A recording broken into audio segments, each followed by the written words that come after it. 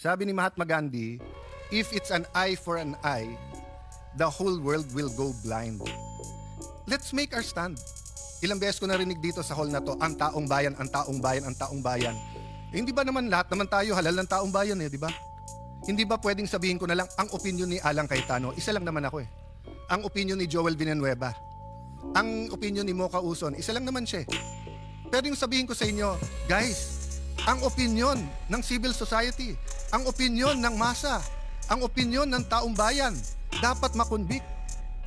Are we not overstepping and are we not confusing rather than enlightening our political processes?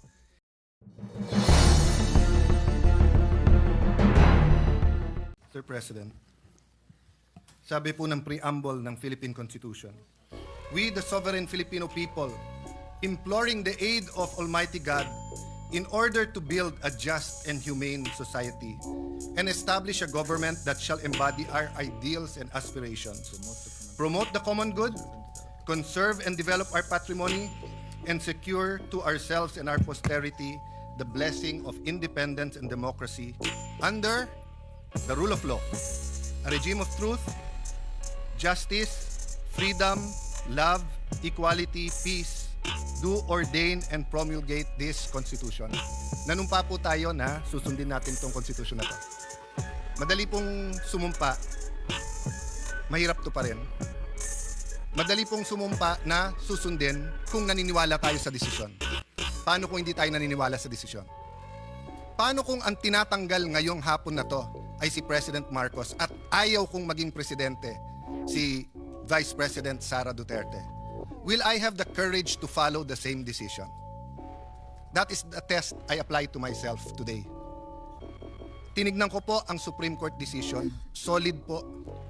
Hindi nito inaalis ang kapangyarihan sa House to initiate impeachment. February 6 po, sigurado yan. In fact, before February 6, may Quadcom na, magiging glorieta na yan soon. Tuloy-tuloy po yan, yung mga investigasyon na yon kasi ganun ang politika sa Pilipinas. I hope yung sa baha, imbestigahan din. I hope yung sa corruption, sa smuggling, sa karami-rami nating utang, not only this administration, last administration, 10 administrations. We in this room are all for accountability, but tama yung Supreme Court sa tamang panahon, tamang proseso. Jeremiah 29:11 tells us, for I know the plans I have for you, plans to prosper you and not to harm you, plans to give you hope and a future. Plano ng Diyos, pagpalain tayo. Pero plano ng Diyos, durugin tayo.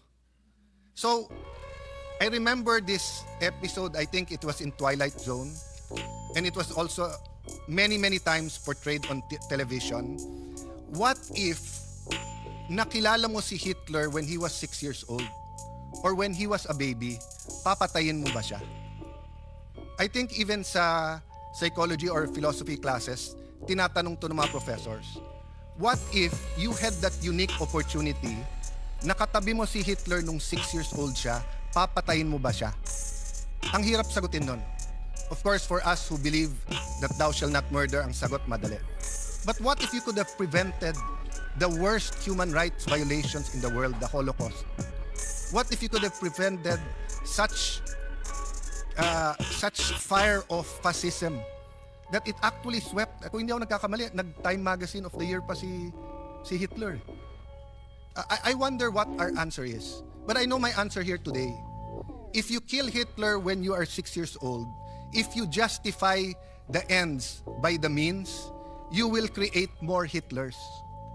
So if the Vice President is guilty, dapat po siya ay i-impeach. Pero sa tamang panahon at tamang proseso. Nagsalita ng Korte Suprema na mali ang proseso, mali ang panahon.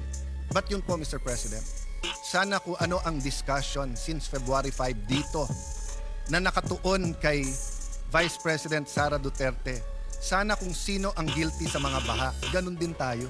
Hindi naman siguro si Sara ang gumawa ng mga baha.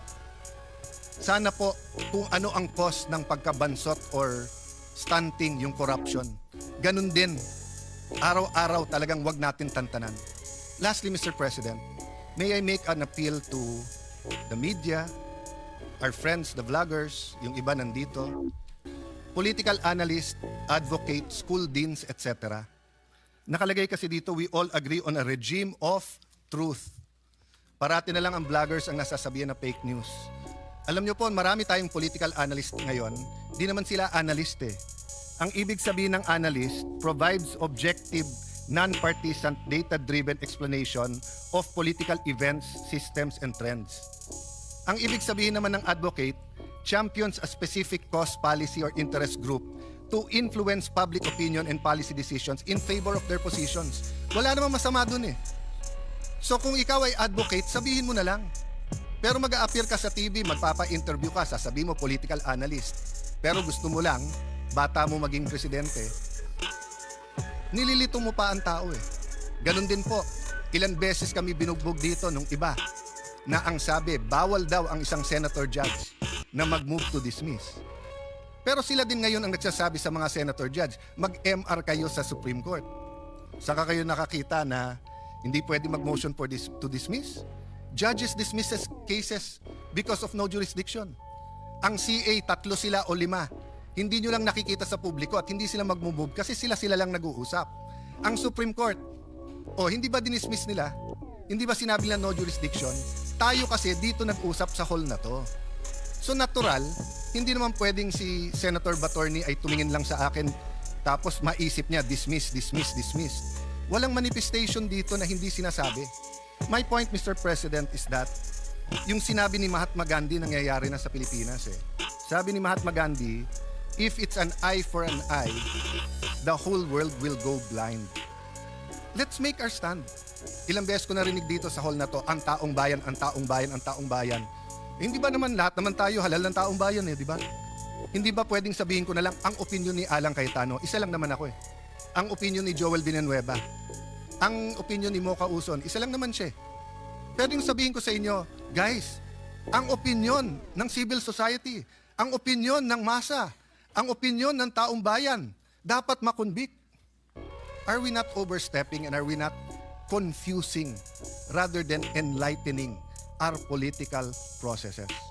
Yes, you might think this is a different Alan Cayetano from the impeachment of President Estrada, impeachment of President Arroyo, impeachment of yung hindi natuloy na impeachment kay CJ Davide, sa impeachment ni CJ Corona. But aren't we supposed to be wiser? At hindi ba tama naman yung sinabi ng Supreme Court? Dapat may impeachment pero hindi dapat gamitin ito ng magkalaban lang sa politika. Ayaw natin maging presidente si Vice President Sara, talunin nyo na lang sa 2028. Ngayon, kung talagang may ginawa siyang masama, i-impeach pero sa tamang paraan. I apologize if I'm emotional on this issue, but hindi tayo makawala eh. Ang daming mas importanteng issue, pero nakapako tayo sa issue na to. Thank you, dear colleagues, and thank you to Filipino people for the opportunity to share my thoughts on this. So I vote for the motion of Senator Marcoleta.